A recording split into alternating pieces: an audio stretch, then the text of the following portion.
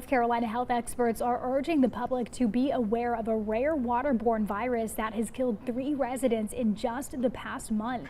Olivia Doles spoke with an expert about vibrio infections and joins us live now from Carteret County with more. Olivia? Courtney, vibrio bacteria is most active during the late summer and early fall months. I spoke with a doctor who gave insight on the bacteria and how to treat it. Cooling off in water is a great way to fight off the hot summer sun. But the heat is also helping a potentially deadly bacteria thrive in some North Carolina waters.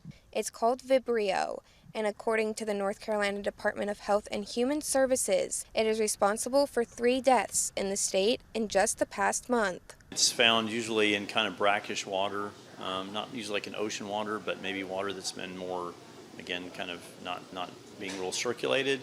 The bacteria is rare in North Carolina. Since 2019, NCDHHS says there have been 47 total cases and only 8 reported deaths. In 2 of the 3 most recent deaths, health experts say the people had scratches that were exposed to brackish water in North Carolina and another state along the East Coast. Open wounds are a big risk factor, so if you have open wounds maybe on your legs or anywhere that the water might get on the wound. The 3rd person was also exposed to brackish water in the state and ate seafood that they caught personally. It's from eating like raw shellfish, so probably like raw oysters, and that is really high, especially this time of year. Health experts say they're spreading the word about the deaths to help people take extra precautions the next time they head to the water.